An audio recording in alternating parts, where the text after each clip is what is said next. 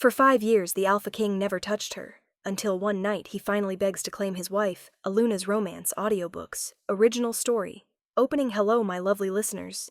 This is Luna, and welcome back to Luna's Romance audiobooks, where patience and longing sometimes create the most powerful love. Today's story is going to make your heart ache in the most delicious way. It's about a marriage of convenience that became 5 years of silence. It's about duty versus desire, distance versus desperate need. And it's about the night when walls finally crumble and hearts are laid bare.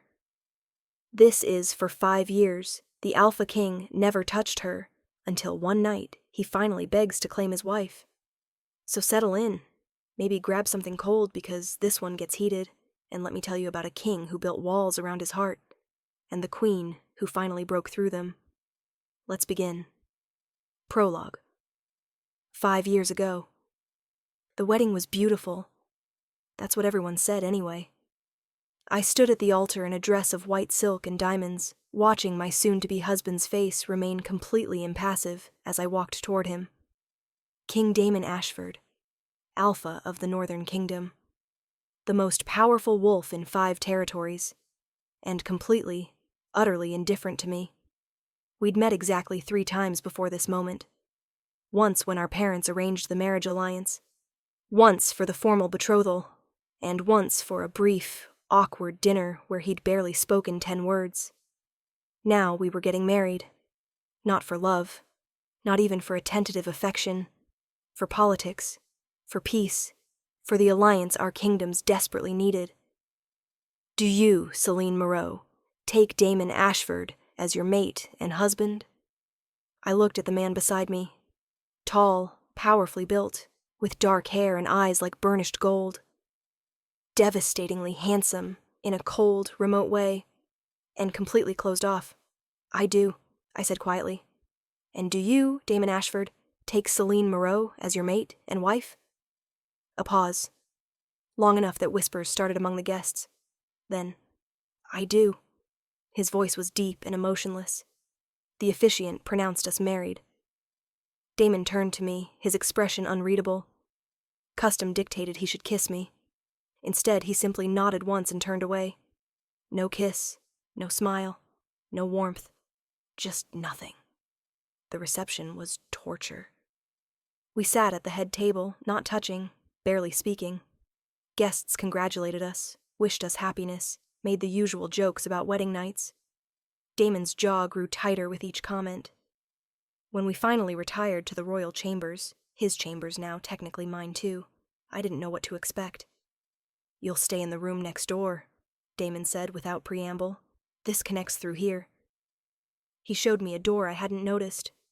Your things have been moved. You have your own space. Thank you. I didn't know what else to say. I'll need you to attend state functions with me, play the role of queen in public, but in private, his golden eyes met mine, and they were completely blank. In private, we don't need to pretend. Pretend what? That this is anything more than a political arrangement. He moved to the window, putting distance between us. I'll respect you, protect you, give you everything you need materially, but I can't give you. He stopped. Love? I finished quietly. Yes. I'm sorry if that's what you hoped for. But it's better you know now. This marriage is duty, nothing more. The words hurt more than they should. I barely knew him, had no right to expect affection from a stranger, but still. I understand, I said, proud that my voice didn't shake. Good. Then we have an understanding. He turned back to the window, dismissing me. Good night, Selene. I retreated to my room and cried silently into my pillow. This was my life now. Married to a king who looked at me with indifference, sharing quarters but never a bed, playing the perfect queen in public while being nothing in private. I told myself it would be fine, that I'd adjust, that maybe, eventually, he'd warm to me. I had no idea it would take 5 years. 5 long years of living beside a man who never touched me, who barely spoke to me beyond what politeness required. 5 years of loneliness in a marriage that should have been everything. Until one night, when everything finally changed. But I'm getting ahead of myself. Let me tell you how we survived those 5 years first. Chapter 1, present day, 5 years later. Your Majesty, the council is ready for you. I looked up from the report I was reviewing to see my assistant, Clara, hovering in the doorway. Thank you. I'll be there shortly. She hesitated. The king is already there. He asked that you not keep them waiting. Of course he did. I rose, smoothing my deep blue gown, and made my way to the council chambers. 5 years had passed since our wedding. 5 years of this careful dance, appearing united in public while maintaining polite distance in private. I'd become good at it. The perfect queen. Gracious, elegant, untouchable, just like my husband. Damon stood as I entered, his golden eyes tracking my movement with that same unreadable expression he always wore. Queen Selene, thank you for joining us. So formal. Always so formal. Of course, I took my seat beside him. The council meeting was long and tedious, border disputes, trade negotiations, the usual political maneuvering. I participated when appropriate, offering insights on diplomatic relations and social programs. Over 5 years, I'd carved out my own role in the kingdom: education reform, healthcare access, support for struggling families. Damon listened to my suggestions with the same respectful attention he gave all council members, never dismissing me, but never showing any particular interest either. The Queen makes an excellent point, he said when I finished explaining a new initiative. Implement her recommendations. Yes, Your Majesty. After the meeting, we walked back to our quarters in silence. This was normal. We'd perfected the art of existing beside each other without really connecting. The harvest ball is next week, Damon said as we reached our doors. I trust you've prepared? Of course. The details are finalized. Good. A pause. You've done well with it. The ball has become quite anticipated under your planning. A compliment. Rare, but not unheard of. Thank you. Good night, Selene. Good night. We retreated to our separate rooms, just as we had every night for 5 years. I changed into my nightgown and sat by the window, looking out over the kingdom. 5 years. 5 years of being married, but not mated.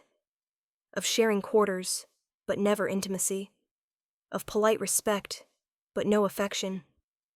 I'd learned to live with it. To build a life around the emptiness where my husband's love should be.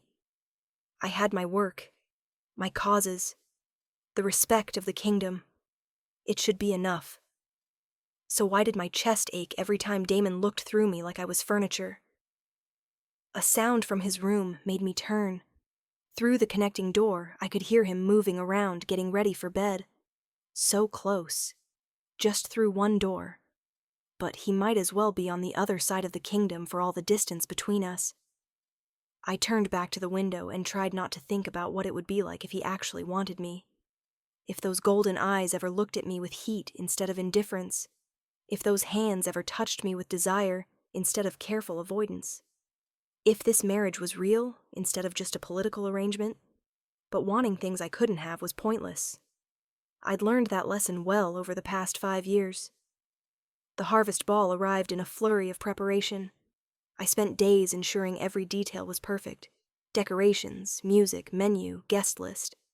The ball was one of the kingdom's most important social events, and as queen, it reflected on me. You look beautiful, Clara said as she helped me into my gown, deep emerald silk that complemented my dark hair and fair skin. Thank you. I studied my reflection. The woman looking back was elegant, composed, every inch a queen, but her eyes were sad. A knock at my door announced Damon's arrival. Are you ready? He asked, his gaze sweeping over me. For a moment, just a moment, something flickered in his golden eyes. Heat. Appreciation. Then it was gone, shuttered behind his usual cool mask. I'm ready. He offered his arm, and I took it. This, at least, was something. In public, we maintained the appearance of a devoted royal couple. He was attentive, protective, every inch the devoted husband. It was only in private that the illusion shattered. The ballroom was magnificent. Hundreds of candles cast warm light over silk and flowers. The kingdom's nobility mingled, resplendent in their finest. As we entered, announced by the herald, The room fell silent. Their Majesties, King Damon and Queen Selene Ashford. Applause erupted.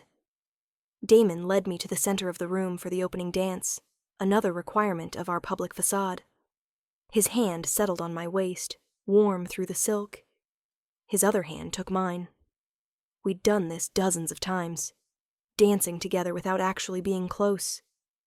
The music began. We moved in perfect synchronization, practiced and polished. "You've outdone yourself," Damon said quietly. "The ball is exquisite." "I'm glad you approve." "I always approve of your work. You're an excellent queen." Professional praise, nothing personal. "Thank you." His hand tightened fractionally on my waist. "Selene." "Yes?" "Nothing. Never mind." The moment passed. We finished the dance in silence. Throughout the evening, I played my role perfectly. Gracious hostess, devoted wife, perfect queen. And Damon played his, attentive husband, powerful king, the picture of martial contentment. No one would guess that we were strangers sharing a throne. But late in the evening, I noticed something different.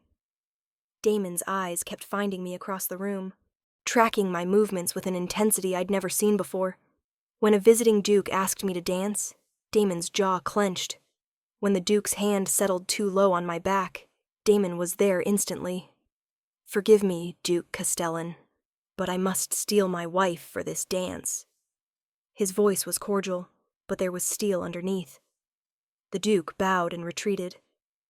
Damon pulled me into his arms, holding me closer than necessary. "Is everything all right?" I asked. "Fine." But his grip on my waist was almost possessive. "He was holding you inappropriately." "It was just a dance.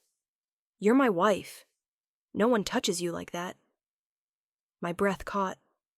In 5 years, he'd never shown any possessiveness, any claim on me beyond the political. What was different about tonight? "Damon, not here." His eyes met mine, and this time the heat didn't disappear. "Later. We'll talk later." My heart raced for the rest of the ball. Chapter 2.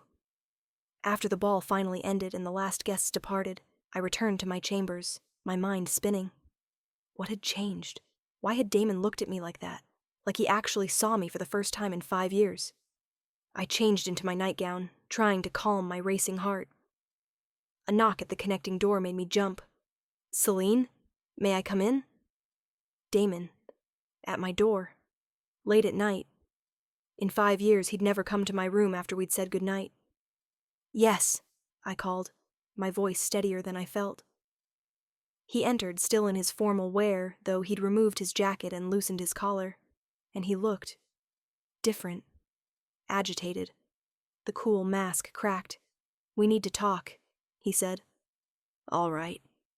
He paced to the window, then back, running a hand through his dark hair in a gesture I'd never seen from him. Damon was always controlled, always composed. This man looked like he was barely holding himself together. "I owe you an apology," he finally said. "For what?" "For tonight. For my behavior with Duke Castellan. I had no right to be jealous." "Jealous." The word escaped before I could stop it. "Yes." He laughed bitterly. "Ridiculous, isn't it? I've spent 5 years keeping you at arm's length, and suddenly I'm acting like a possessive fool because another man held you during a dance." My heart hammered. "Why did you keep me at arm's length?" "Because I'm a coward." He turned to face me, and for the first time, I saw emotion in those golden eyes. Raw, painful, real. Because 5 years ago, I was terrified. Of what? Of you. Of what you made me feel. He moved closer. "Selene, when we met for that first betrothal dinner, do you remember?" "Barely. You barely spoke to me." "Because I couldn't. Because the moment I saw you, I felt the mate bond snap into place. And it terrified me." I stared at him. "What?" "You're my fated mate. I knew it the instant I saw you. The goddess's choice. Perfect and inevitable and—" His voice cracked. "And I convinced myself it was impossible.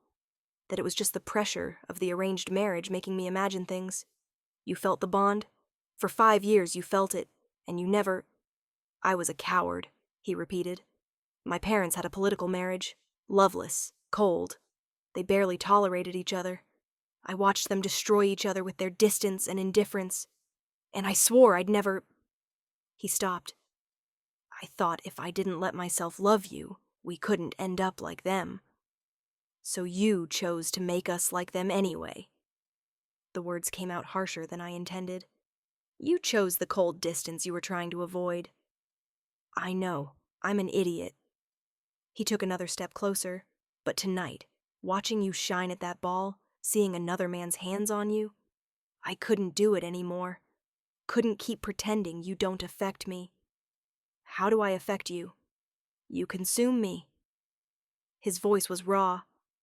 Every day for 5 years I've wanted to cross that distance between us, to hold you, kiss you, claim you as mine. But I was too afraid, too convinced I'd ruin everything if I let myself feel. Tears burned behind my eyes. Do you have any idea what these 5 years have been like for me? Being married to you but never having you? Wondering what I'd done wrong? Why you could barely stand to look at me. I looked at you every day. I couldn't stop looking at you, but I couldn't let you see that I was looking because then you'd know. He ran his hand through his hair again. God, I've handled this so badly. Yes, you have. Anger and hurt and hope all tangled together. 5 years, Damon. 5 years I've been alone in this marriage. I know, and I'm sorry. I'm so sorry. He was in front of me now, close enough to touch. But Selene, I can't do it anymore. Can't keep pretending. Can't keep this distance. What are you saying? I'm saying I'm done being a coward. Done denying what we are. His hands framed my face, gentle despite the intensity in his eyes. I'm saying I love you. I've loved you since the moment we met, and I've been too stupid and scared to admit it. My breath caught. You love me?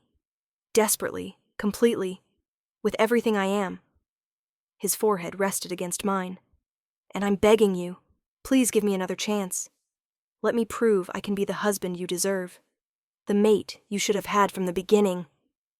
Damon, I know I don't deserve it. I know I've wasted 5 years we can never get back. But I'm begging you, Selene. Please, let me love you the way I should have from the start. Tears spilled down my cheeks. 5 years. 5 years of loneliness and longing and wondering if something was wrong with me. And now he was here, saying everything I'd dreamed of hearing. I don't know if I can trust this, I whispered. What if you pull away again? What if... I won't. I swear on my life, on my kingdom, on everything I am, I won't pull away again. I'm done with walls and distance. I want you, Selene. I want my wife, my mate, my queen. I've wanted that for 5 years. Then let me give it to you. Finally. Properly. His thumb brushed away my tears. Can I kiss you? Please? I've been dying to kiss you for 5 years. Looking into his golden eyes, seeing the vulnerability and need and love there, I made my choice. Yes. He kissed me like a drowning man finding air, desperate and fierce and achingly tender all at once. The mate bond that had been dormant for 5 years exploded to life between us. Golden and perfect and so right it stole my breath. When we finally pulled apart, we were both breathing hard. I love you, he said again. I'm going to say it every day until you believe it. I already believe it. I touched his face, marveling that I was finally allowed. I love you too. I have for years. Even when I was angry. Even when it hurt. I loved you. Then let me make up for lost time. He lifted me into his arms. Let me claim you. Properly. The way I should have on our wedding night. Damon, not if you're not ready. I'll wait another 5 years if that's what you need. But Selene... His eyes blazed gold. I want you, want to make you mine in every way. Want everyone to know you're claimed and cherished and loved. I should make him wait, should make him work for it after 5 years of distance. But I'd waited long enough. Then claim me, I whispered. Make me yours. Finally. His growl was pure possession. What followed was fierce and tender and perfect. 5 years of longing finally released. The mate bond completing with such intensity I saw stars. And when he finally marked me, his teeth sinking into my neck where everyone would see, I felt whole for the first time since our wedding. Mine, he growled against my skin. Yours, I gasped. Always yours. Afterward, we lay tangled together, the bond warm and perfect between us. I'm sorry, he murmured against my hair, for wasting 5 years, for being a coward, for everything. I'm sorry, too, for not pushing harder, for accepting the distance. Don't apologize. This was my fault, my fear. He pulled me closer. But I'm done being afraid. From now on, I'm going to love you so thoroughly that everyone knows you're mine. Possessive much? You have no idea. His eyes gleamed. 5 years of denying myself. I'm making up for lost time. Good. I kissed him softly, because I have 5 years of lonely nights to make up for, too. Then we better get started. He rolled us over, kissing me deeply. I love you, Selene. My wife, my mate, my everything. I love you, too. Finally. We spent the rest of the night making up for 5 years of distance, and it was perfect. Chapter 3. I woke wrapped in Damon's arms, his scent surrounding me, the mate mark on my neck still tingling. For a moment, I thought I'd dreamed it. Then Damon nuzzled my neck, pressing a kiss to his mark. Good morning, my love. His love. Not Queen Selene. Not formal distance. My love. Good morning, I said, my voice still rough from sleep. How do you feel? His hand traced patterns on my bare skin. Sore, happy, overwhelmed. I turned to face him. Did last night really happen? Every perfect moment. He kissed me softly. And it's going to keep happening. Every night from now on. What changed? I had to ask. What finally made you break? You did. Watching you at the ball, seeing how beautiful and brilliant and perfect you are. I couldn't deny it anymore. Couldn't keep lying to myself that I could survive without you. And you're sure? You won't regret this? Never. His golden eyes were fierce. The only thing I regret is wasting 5 years. But we have a lifetime ahead of us, Selene. And I'm going to spend every day showing you how much I love you. A knock at the door interrupted us. Your Majesties, Clara's voice. I have your morning schedules. Cancel them, Damon called out. I'm sorry, Your Majesty. Everything. Cancel everything for today. The Queen and I are indisposed. I could hear the smile in Clara's voice. Of course, Your Majesty. Should I have meals sent to your chambers? Please. After she left, I looked at Damon. You just canceled all our obligations. I did. We deserve one day, just us. No kingdom, no responsibilities. Just my wife and I finally acting like newlyweds. We've been married 5 years, and I'm making up for every single day. He pulled me close. Stay in bed with me. Let me worship you properly. Let me show you everything I've been too stupid to give you before. How could I say no to that? We spent the day in bed, talking and touching and learning each other. 5 years of distance melted away as we shared everything. Fears, dreams, hopes, regrets. Tell me about your childhood, I said, tracing patterns on his chest. Not very interesting. My parents were distant. I grew up watching their loveless marriage destroy them both. His arms tightened around me. I swore I'd never have that. But then you came along, and I was so terrified of repeating their mistakes that I created exactly what I feared. But we're fixing it now. We are. And I'm never letting you go again. He kissed the top of my head. What about you? Tell me everything. I want to know every detail I've missed. So I told him. about my childhood in the Southern Kingdom, about my dreams of love and partnership, about the loneliness of our first 5 years together.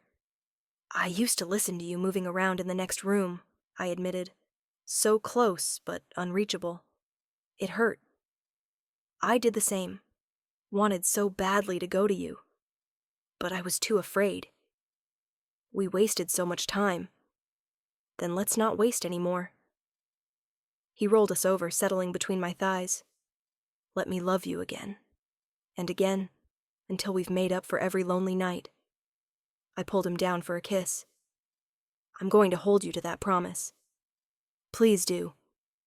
The next day we couldn't hide in our chambers anymore, but the difference was obvious to everyone.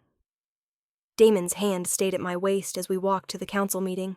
He pulled out my chair, smiled at me across the table. The council members exchanged knowing glances. "Your Majesties seem well rested," one counselor observed delicately. "Very," Damon said, not taking his eyes off me. After the meeting, we walked through the palace gardens. "People are going to notice," I said. "Good. Let them. I want everyone to know things have changed." "Damon." He stopped, pulling me into his arms right there in the public garden. "I've spent 5 years pretending you don't affect me. I'm done pretending. You're my mate, my wife, and I'm going to show it." "What if people think?" "Let them think whatever they want. The only opinion that matters is yours." His eyes searched mine. "Are you happy? Truly?" "Happier than I've been in years." "Then that's all that matters." He kissed me thoroughly, not caring who saw. That evening, Damon surprised me. "I have something for you." He led me to a part of the palace I'd never explored, a tower room with floor-to-ceiling windows overlooking the kingdom. "I had this prepared while you were at your afternoon meetings." The room was filled with books, comfortable furniture, art supplies, everything I'd ever mentioned enjoying. "My father gave my mother a room like this," Damon explained. "Her sanctuary, where she could escape when royal life became too much. I want you to have the same." Tears filled my eyes. "You did this for me?" "I want you happy. Want you to have space that's just yours." He pulled me close. "And I want to give you everything I should have given you years ago." "You've already given me so much. Not enough. Never enough." He kissed me softly. "I have 5 years to make up for. Remember? You don't have to buy me things. I know. But I want to. Want to spoil you. Cherish you. Show you in every way possible how much you mean to me." I kissed him, pouring my gratitude into it. "Thank you. It's perfect. You're perfect." His hand settled on my waist. "Now come. Dinner awaits. And I have more surprises planned." Chapter 4. Over the next weeks, our relationship transformed completely. Gone was the cold distance, the careful formality. In its place was warmth, affection, passion. Damon was insatiable for my company, my touch, my love. He could barely go hours without finding me, pulling me into alcoves for stolen kisses, holding my hand during meetings, sharing lingering looks across crowded rooms. "You're being obvious," I said one afternoon after he'd kissed me thoroughly in the library. "Good." His arms stayed around my waist. "I want everyone to know you're loved, cherished, mine. The court is gossiping. Let them. After 5 years of speculation about our cold marriage, they can gossip about our passionate one instead." He had a point. The kingdom had noticed the change. Whispers followed us, pleased ones mostly. The court seemed happy to see their king and queen finally acting like a couple. "It's about time," Alara, Damon's aunt, said during a private tea. "I've been watching you two dance around each other for years. I'm glad you finally figured it out." "You knew?" I asked. "Of course I knew. Damon's always been terrible at hiding his feelings. Well, from everyone except you, apparently." She smiled. "But you're happy now. That's what matters." I was happy, deliriously so. But sometimes, late at night, doubt crept in. What if this was temporary? What if Damon's passion faded? What if we fell back into old patterns? One night, Damon noticed my distraction. What's wrong? He pulled me closer in bed. Nothing. Selene, I can feel your anxiety through the bond. Talk to me. I hesitated. I'm just scared sometimes. That this won't last. That you'll pull away again. His arms tightened. I won't. I swear it. How can you be sure? Because I know what life without you feels like now, and I'm never going back to that. Ever. He tilted my face up. Do you trust me? I want to. Then let me prove it. Every day, for the rest of our lives. He kissed me softly. I love you, Selene. That's not going to change. I love you too. Then trust in that. Trust in us. I tried to let go of the fear and embrace what we were building. But 5 years of distance had left scars that didn't heal overnight. 3 months after that first night, I discovered I was pregnant. I stared at the healer's confirmation in shock. Pregnant? About 6 weeks along. Congratulations, Your Majesty. A baby. Damon's baby. Joy and terror warred in my chest. How would he react? We'd only been truly together for 3 months. Was it too soon? That evening I found him in his study. Can we talk? Always. He set aside his work immediately, pulling me into his lap. What's wrong?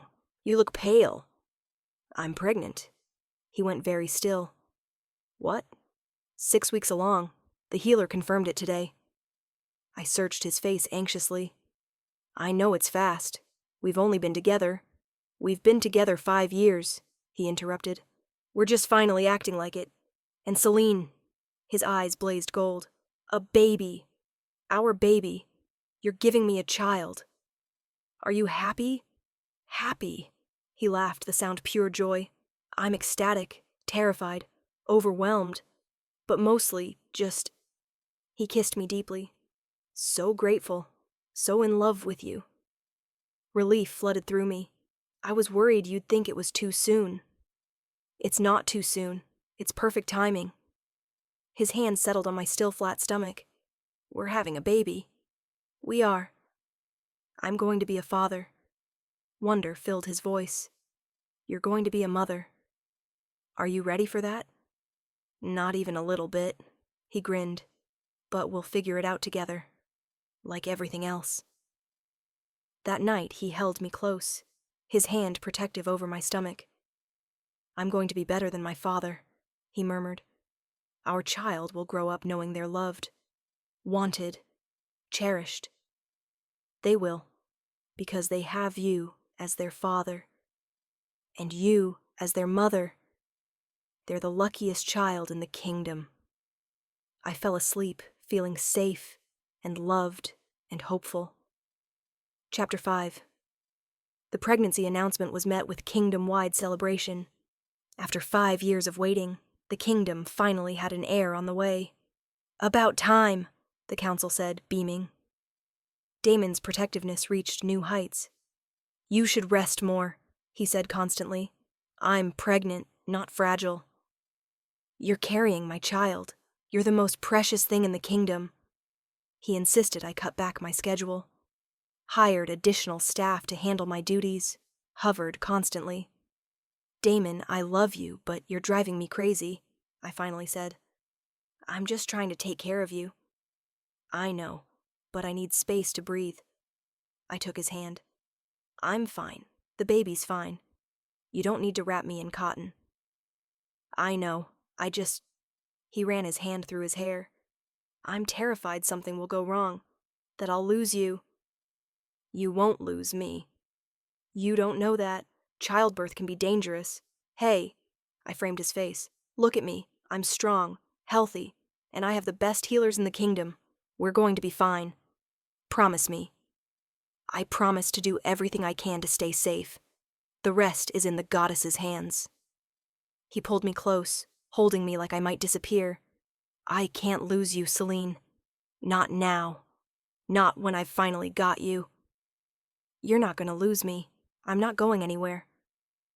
Over the following months, I watched him slowly relax, He still hovered, but less frantically, and he was so excited about the baby. "Have you thought about names?" he asked one evening, his hand on my growing belly. "A few. What about you?" "If it's a girl, Aurora, after my grandmother. She was the only family member who showed me real love." "Aurora is beautiful. And if it's a boy?" "I was thinking Alexander. Strong. Regal." He looked at me. "What do you think?" "I think they're perfect." At 7 months, we learned we were having twins. "Twins?" Damon stared at the healer in shock. 2 heartbeats. 2 babies. "Congratulations, your majesties."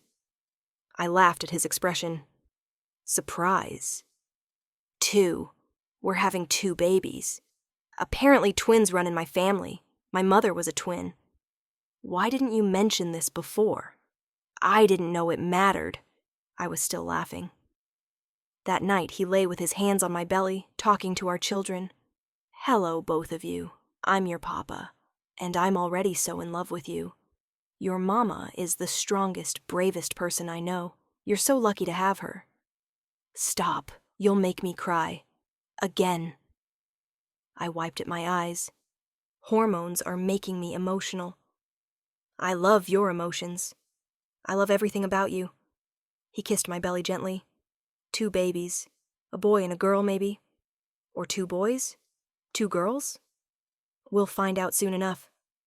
"I can't wait to meet them." His eyes met mine. "Thank you for giving me this, for forgiving me, for loving me despite my stupidity. Thank you for finally letting me in. Never shutting you out again. I promise." I went into labor 3 weeks early. We were in the gardens when the first contraction hit. "Damon," I grabbed his arm. He went pale. "Is it time?" "I think so." He swept me into his arms despite my protests, practically running to the medical wing. "Your Majesty, you can put me down." "Absolutely not. You're in labor. I'm carrying you." The labor was long, intense, 20 hours of pain that made me seriously question my life choices. But Damon was there the entire time, holding my hand, coaching me through breathing, refusing to leave even when the healers suggested it. "I'm not leaving her," he said firmly. "I'm staying right here."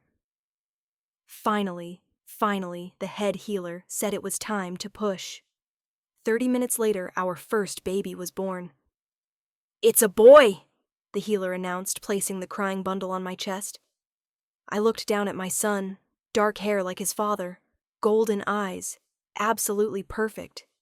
"He's beautiful," I sobbed. "Just like his mother," Damon said, tears streaming down his face. 10 minutes later, our daughter arrived. "And a girl. Congratulations, your majesties. You have twins." Damon cut both cords with shaking hands, then stood staring at our children with such wonder it made my heart ache. "We made them," he breathed. "We did. They're perfect. They are." Later, after the babies were cleaned and checked, we lay together, me in the bed, Damon beside me, our twins sleeping peacefully. "Alexander and Aurora," Damon said softly, looking at our children. "Our son and daughter. Perfect names for perfect babies." His hand found mine. "Thank you.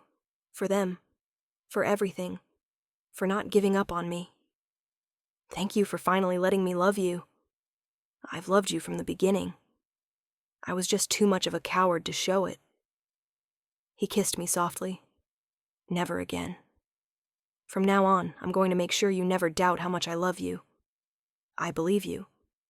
Good, because I'm spending the rest of our lives proving it." Chapter 6. 2 years later. "Mama, Alex took my toy." "Did not." "Did too." I looked up from the letter I was writing to see my 2-year-old twins arguing over a stuffed wolf. "Let's use our words," I said calmly. "Aurora, did you ask to share?"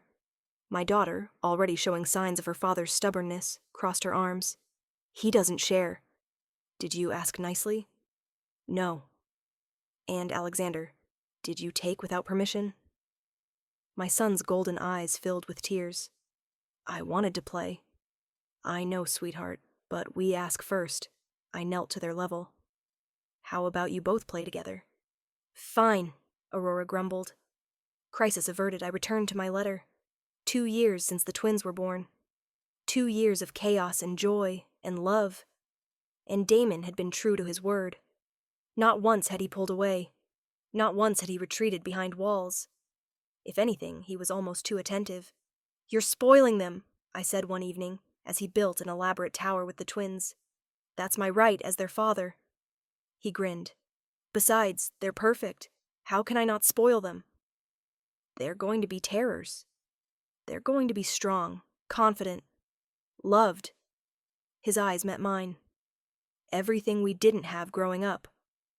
He had a point. Our children would never doubt they were wanted, would never wonder if their parents loved them.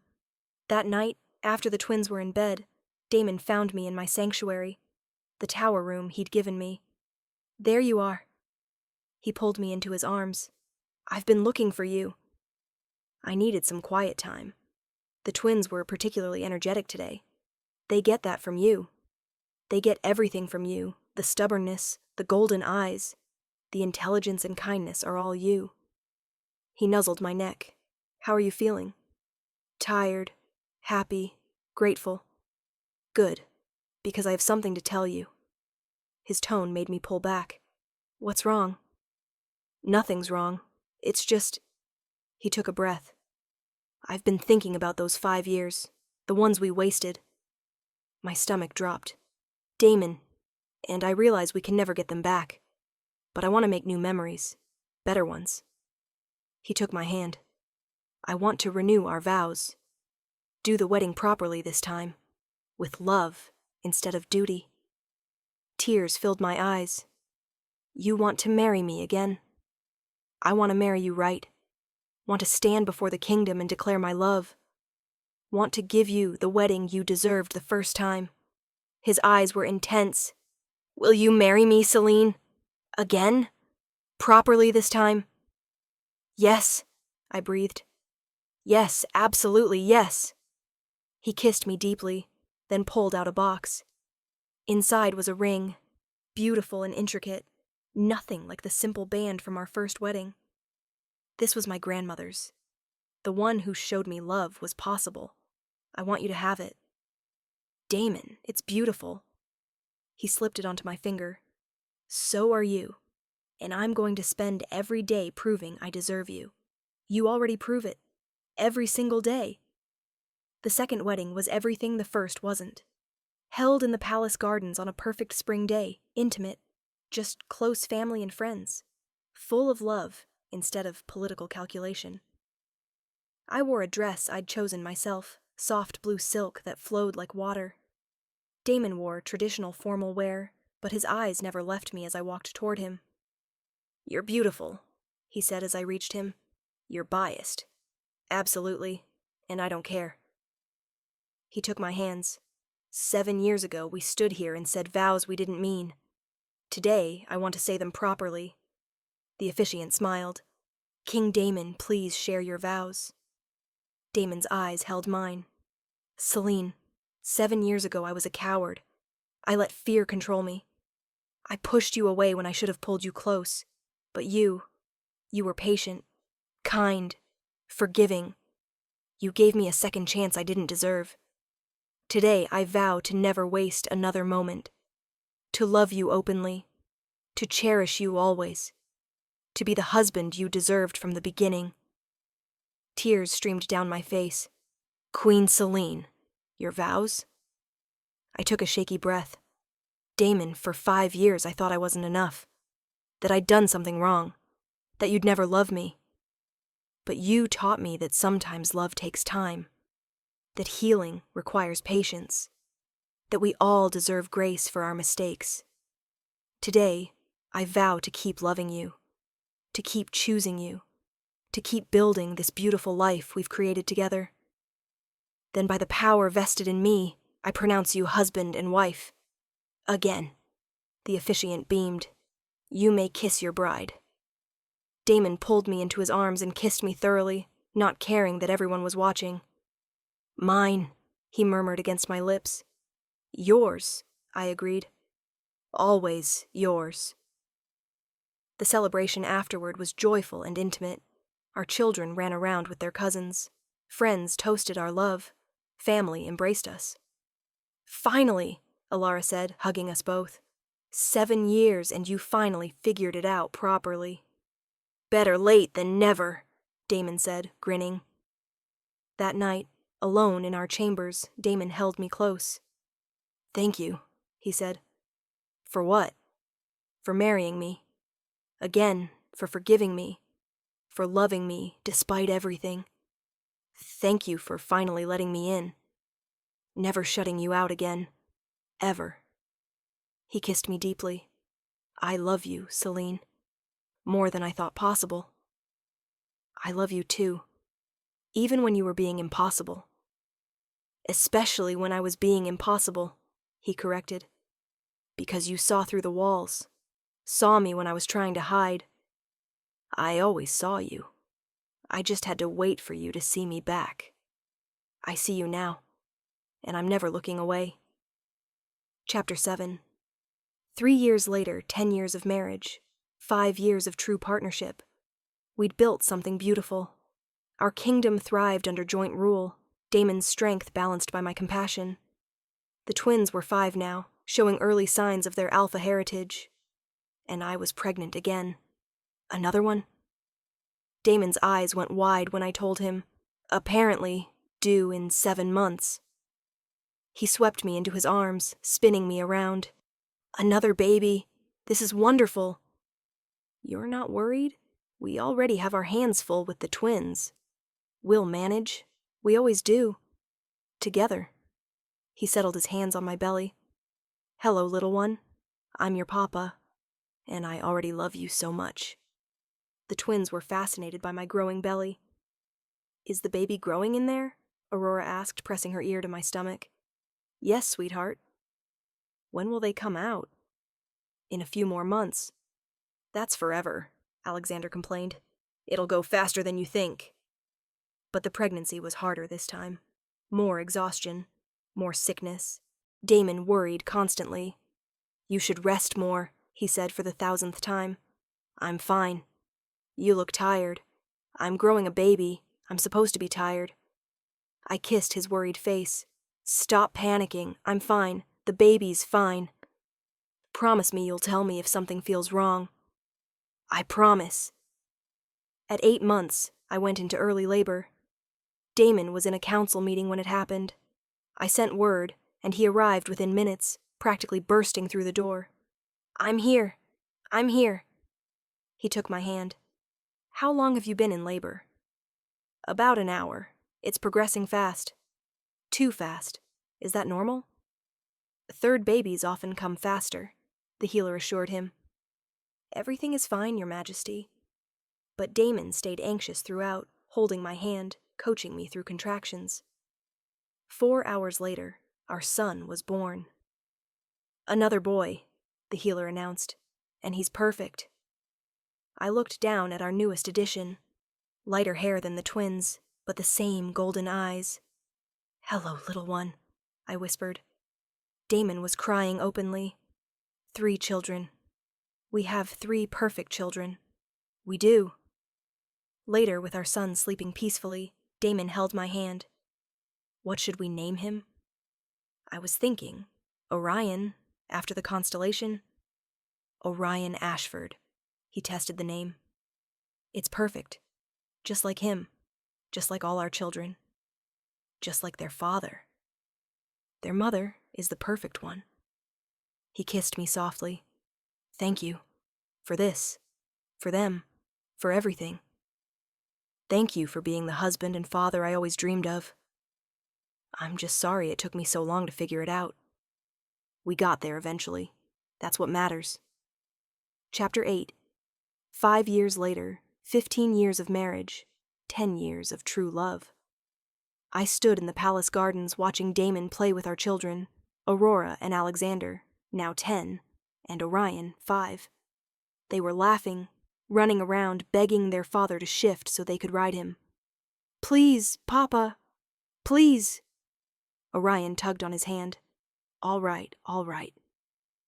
Damon shifted into his massive wolf form, letting all 3 children clamber onto his back. He was so different from the cold, distant king I'd married 15 years ago.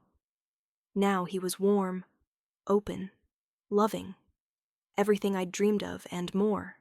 What are you thinking about? Alara appeared at my elbow. How far we've come. 15 years ago I married a stranger. Now I have everything I ever wanted. It's been beautiful to watch, the transformation in both of you. She smiled. Damon was so closed off before you. You brought him back to life. He did the same for me. That evening, after the children were in bed, Damon found me in my sanctuary. There you are. He pulled me into his arms. What's my beautiful wife doing? Thinking about us, about how lucky I am. I'm the lucky one. You put up with 5 years of my stupidity. And you've spent the last 10 making up for it. I'm still making up for it, every single day. He nuzzled my neck. And I'll keep making up for it for the rest of our lives. I think you've more than made amends. Never. There's no amount of love that could make up for those wasted years. His hands framed my face, but I'm going to try anyway. He kissed me deeply, and I melted into him.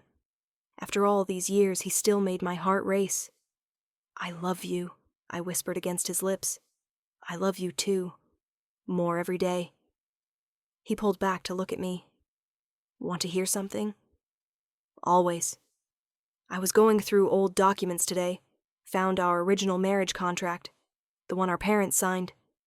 And it was so cold, clinical, all about alliances and trade agreements. Nothing about love or partnership. His eyes were soft. Nothing like what we actually built. We built something better than they could have imagined. We did, and I'm so grateful. He pulled me closer. For you, for our children, for this life, for everything. Me too. We stood there in comfortable silence, wrapped in each other.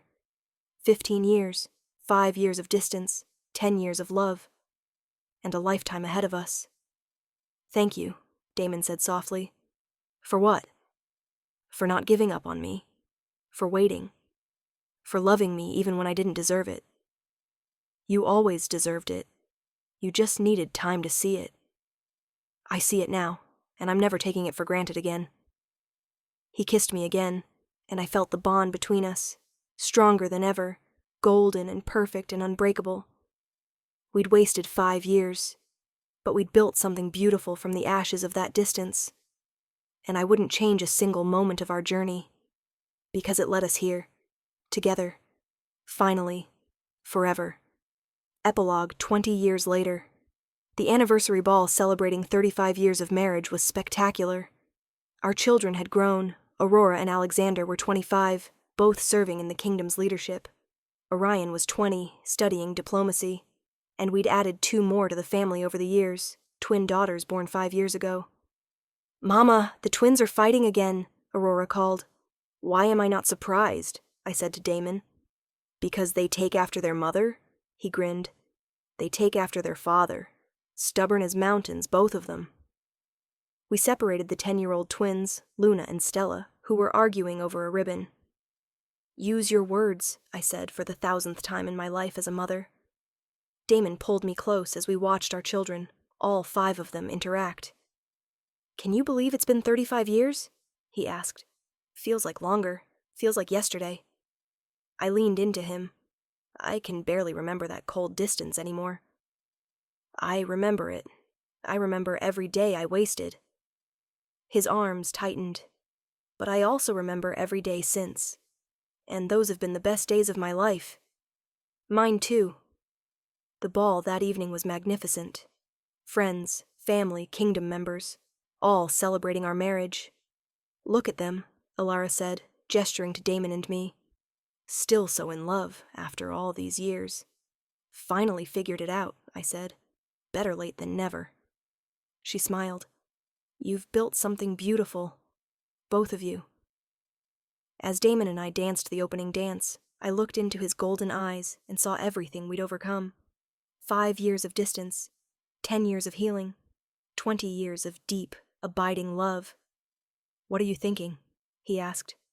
"That I'd do it all again. Every difficult moment. Every lonely night. Because it led me to this. To you. To us. I love you, Selene. More than words can express. I love you too. Always have. Always will." He kissed me in front of the entire court, not caring who saw. After all these years, he still loved me desperately, and I loved him just as fiercely. For 5 years, the Alpha King never touched me. But when he finally did, when he finally let down his walls and claimed his wife, he never let go again. And that made every moment of waiting worth it. Closing, and there we have it, my lovely listeners. Selene and Damon's journey from cold distance to desperate, passionate love. Sometimes love takes time. Sometimes the mate bond doesn't click immediately. Sometimes we have to wait, be patient, hold on to hope, even when it seems impossible. Selene spent 5 years married to a man who wouldn't touch her. 5 years wondering what was wrong with her. 5 years of loneliness in a marriage that should have been everything. But she didn't give up. And when Damon finally broke, when he finally admitted his fear and opened his heart, she gave him a second chance. Because love is worth fighting for, worth waiting for, worth forgiving for. Their story reminds us that sometimes the best relationships are the ones that take work, that require patience, that demand vulnerability from both partners.